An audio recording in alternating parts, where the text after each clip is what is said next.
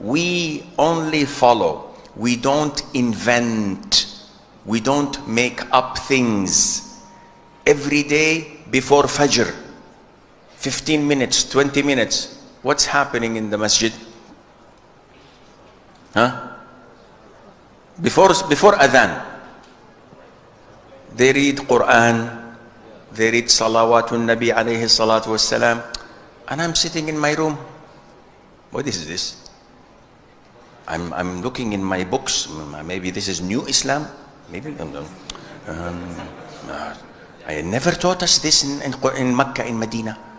I opened Quran. There's nothing mentioned. Books of Bukhari, Muslim, Abu Dawood, Tirmidhi, Nisa'i. Where are they bringing this from? So I go to Maulana. MashaAllah, beard. No, his beard. His beard is not long. So I say, Maulana, what is this? He said, this is dhikr. This is munajat. This is, I said, don't give me the name. What is it? He said, good. I said, is it from the Quran? He said, no. Is it in the Sunnah? He said, no. But it's good. That's strange. He said, why strange? I said, because Allah Azza wa Jal says in the Quran, this day I have perfected for you your religion. What day was it? Day of Arafah in Hajjatul Wada', the last year where the Prophet performed Hajj alayhi salam. اليوم أكملت لكم دينكم وأتممت عليكم نعمتي ورضيت لكم الإسلام دينا. Last ayah come. Today I have perfected for you your religion and completed my favor upon you and have approved for your Islam as a religion. So is the religion perfected? He said yes. At the time of the Prophet alayhi salatu wasalam, he said yes. So I said, now what you're doing, was it at the time of the Prophet alayhi salatu wasalam? He said, answer. He said, no. He said, okay, is it part of the religion or not? He said, but it's good. This is a problem. And people who bring innovation in Islam, they say that Islam is not perfected. So we have to add this something to it.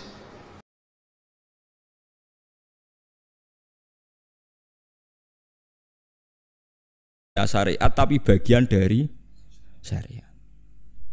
Jadi bid'ah yang dolala itu yang istodam itu beradab-adaban. Mulane darane Saddam Hussein, Saddam Hussein bapake jenengane iku Saddam. Saddam maknane tukang nyeruduk. Lha iku bapake kasil ketika anake dadi Saddam Hussein itu tukang napa? Nyeruduk. Wong Arab nak darani tukaran Saddam. Istidam maknane apa? Benturan sing keras napa? Istidam. Nah, sing darani bid'ah dolalah iku sing berhadap-hadapan istidam, berhadap-hadapan sama syariat. Bismillahirrahmanirrahim. Paham gitu, terus umat sing soleh-soleh sing saiki tahta qabdil kufar, yang saiki di bawah rengkuane wong kafir ku pirang. Mulane wonten pertanyaan kula nate ditanya sama ketika sejarah Cheng Ho napa? Laksamana Cheng Ho sing tenggene Sampokong Semarang niku. Itu dulu ketika beliau di Cina, itu kan ada silsilah sampai Rasulullah yang ditulis di Masjid Sampokong. Ketika dia di Cina itu enggak memperlihatkan Islamnya sampai jadi panglima. Andai kan dia memperlihatkan Islamnya maka enggak akan punya karir militer. Walhasil ketika dia mendapat tugas ekspedisi itu membawa pasukan 80 berapa gitu kapal besar itu. Terus dia ketika masuk Asia Tenggara mulai masuk Indonesia niku ngetokno Islami. Semua pasukannya dipimpin ala Islam, dijak bangun masjid di Semarang, di Surabaya, macam-macam. Ngetokno Islami. Terus para peneliti itu tanya saya, Pak Ba, apa memang ikhfaul Islam itu boleh, menyembunyikan Islam itu boleh? Karena buktinya Cheng Ho itu ketika di Cina tidak memperlihatkan apa? Islam. Ya saya jawab, saya tidak punya hukum tentang itu. Tapi kalau sampean tanya tarikh, saya punya. Karena ini tidak baik difatwakan secara hukum. Kalau baleni malih iki. Ada masalah yang tidak baik difatwakan secara nopo hukum. Tapi kalau sampean tanya tarikhnya saya punya. Apa Pak Baid tadi? Abu Dzar ketika Nabi minoritas. Abu Dzar itu orang pedalaman. Ketika Islam masih minoritas kata Nabi, ya Abu Dzarin, kamu menyembunyikan Islam kamu saja, jangan memperlihatkan apa Islam. Nanti kamu dicincang sama umat kamu, sama kaum kamu. Nanti setelah saya menang, baru kamu boleh memperlihatkan apa Islam kamu.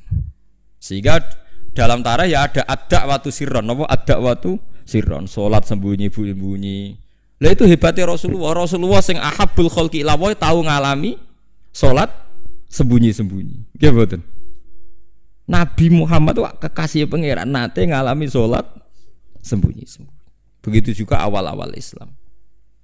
Karena sampean saiki takok, tapi saiki Islam wis kuat, sembunyi ya ora oleh, Gus. Kuat anak kuwe mergo wong akeh. Lah saiki saudara kita yang di Hong Kong, di Timor Leste, mungkin di Australia. Paham ya? Macam-macam. Mulane sing apik ku anut ulama sing ijek jujur, pokoke riwayat itu diterangno, kejadian-kejadian sing dialami umat sahabat diterangno. Wis ora usah intervensi, pokoke ngono. Mulane saya katakan itu tidak baik difatwakan secara hukum, tapi ada padanan sejarahnya. Ada padanan sejarahnya.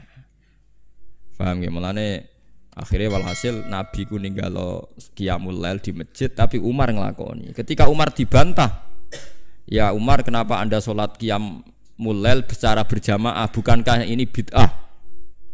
Jadi riyen Sayyidina Umar nanti dituduh napa? Bid'ah. Mulane kita mau kiai dituduh bid'ah wis menengahe wong Umar sing sahabat dituduh napa? Bid'ah. Jadi jawab Umar ya enak. Umpama iki bid'ah ya bid'ah paling apik bid'ah iki. Cara wong saiki aneh bid'ah kok disifati apik. Sing dituduh bid'ah ora Umar tok, Kanjeng Nabi pertama dadi nabi ngajak wong Islam wae Abu Jahal ya dituduh bid'ah. Mulane nek dituduh bid'ah tenang ae, Kanjeng Nabi ku nate dituduh napa? Bid'ah. Tapi Nabi ra didalili wa kullu bid'atin dhalalah. Mergo lho nggih tenan. Sampeyan apal Quran niku wonten ayat ma ya'tihim min dzikrim mir rabbihim muhdas. Muhdas itu maknane apa? Sing dianyarno. Mulane Kanjeng Nabi ketika dituduh bid'ah terus ngendikane kul ma kuntu bid'am minar rusul. Aku iku ora bid'ah. Dadi Nabi tau dituduh bid'ah sampai diwahyani Allah, kul ya Muhammad ma kuntu bid'am minar rusul. Aku iku ora bid'ah. Mergo sing darani bid'ah iku barang anyar. Barang anyar sing ora ana kembarane disebut bid'ah. Lah Nabi dadi nabi ora ana kembarane disebut bid'ah. Umar gawe traweh ora ana kembarane disebut bid'ah. Terus saiki wong rame-rame angger gak ana persis nabi disebut iku sak goblok-goblokan niku sakala-kalan. Bid'ah ngeten sampeyan tak terangno. Bukan karena saya orang pesantren mboten. Saya itu lebih hafal banyak hadis timbang sing sidik-sidik nuduh bid'ah. Bid'ah itu begini loh. Bid'ah itu yang mesti dolal, yang mesti sesat. Itu mastadumatu syariah, yang berhadap-hadapan dengan apa? Syariah. Tapi jika bid'ah itu menguatkan syariat, maka tidak musuhnya syariat, tapi bagian dari syariat. Jadi bid'ah yang dolal itu yang istodam itu berhadap-hadapan. Mulane darane Saddam Hussein, Saddam Hussein bapake jenakno iku Saddam. Saddam maknane tukang nyeruduk. Lha iku bapake kasil ketika anake dadi Saddam Hussein itu tukang napa? Nyeruduk. Wong Arab nak darani tukaran Saddam. Istidam maknane apa? Benturan sing keras napa? Istidam. Nah, sing darani bid'ah dolalah iku sing berhadap-hadapan istidam, berhadap-hadapan sama syariat. Nak trimo gesekan utawa saling bersinergi utawa saling menolong itu tidak bid'ah. Nggih dalile gampang begini, ini hadis sahih. Kula boten bela NU ya ora bela Muhammadiyah, ora bela siapa-siapa, ini cerita ilmu mawon, cerita ilmu. Ndak ada yang saya bela. Sahabat nate, ini hadis sahih. Ada sahabat setelah iktidal. Nggih setelah napa? Iktidal. Sampe nak iktidal ngafatno napa? Misalnya Rabbana walakal hamdu terus milu samawati wal ardi. Ya milu ya bid'ah, Nabi macane mil'ah. Kabeh riwayat tuh Nabi macane mil'ah. Mulane kalau dia anak jenenge mil'ah tasbihah mergo Nabi macane Rabbana lakal hamdu. Hakadha fi jam'i riwayat bi fathil hamzah. Terus jare Imam Nawawi wajaza raf'ul hamzah ala annaha sifatun. Lah kebetulan kiai Indonesia ku nahune ku seneng sing gampang dadi Rabbana lakal hamdu mil'us samawati mergo dadi naat ku nerkipe luweh gampang. Tapi riwayate mil'a. Berarti nak riwayate mil'a maca mil'u. Beda ya repot. Itu yang konsensus, yang normal. Tapi ada sahabat bacanya ndak begitu, banter pisan. Rungokno tenan nggih. Alhamdulillah hamdan katsiran thayyiban mubarakan fi. Setelah sholat selesai Nabi itu aqbala biwajhi, Nabi balik kanan terus tanya, "Ayyukum yaqulu hadil kalimah?" Siapa tadi yang ngelafatkan kalimat itu? Buat itu sahabat diam semua karena sadar ini kalimat kalimat masalah, ini enggak ajarannya Nabi. Kalimat kreatif.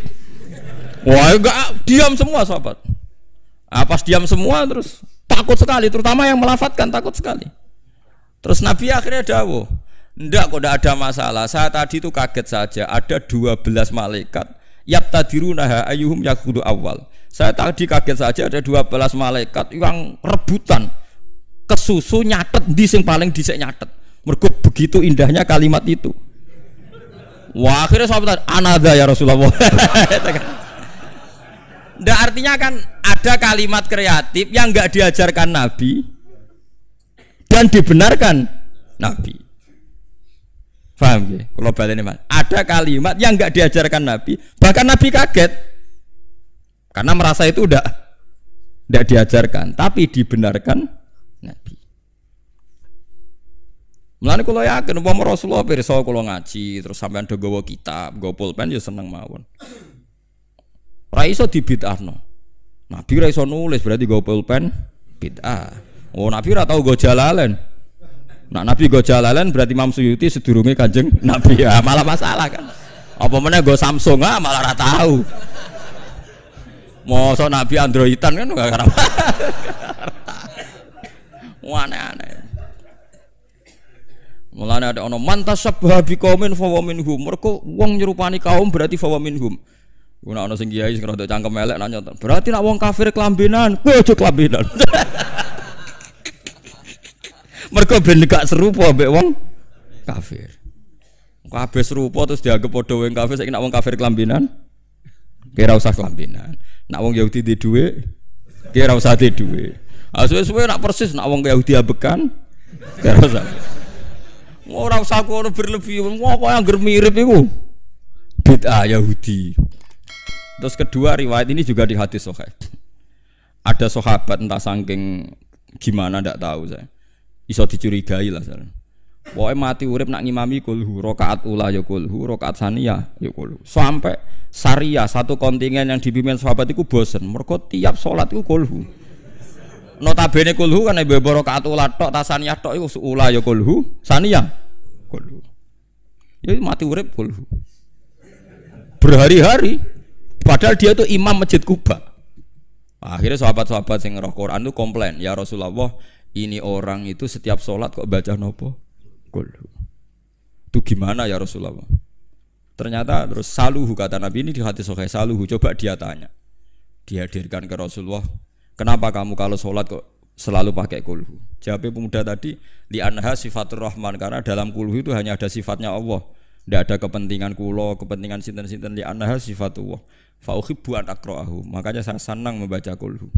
Terus kata Nabi, akhbirhu fa innahu yuhibbu. Kasih tahu dia Allah itu mencintai dia. Oh, itu kan bagus sekali itu. Gak usah tabarok kulhu. Ndak, artinya itu kan tidak diajarkan Nabi kan, selalu kulhu itu udah ajarannya. Dan tidak pernah Nabi itu selalu kulhu. Tapi ada orang kreatif selalu kulhu juga sama Nabi dibenarkan. Ya nggak bisa kan kamu pakai definisi bid'ah itu yang selalu pernah dilakukan Nabi itu tidak bid'ah sunnah. Kalau nggak pernah dilakukan Nabi bid'ah. Nggak bisa seperti itu. Subhanallah wa bihamdihi 'adada khalqihi wa ridha nafsihi wa zinata 'arsyihi wa midada kalimatihi. Subhanallah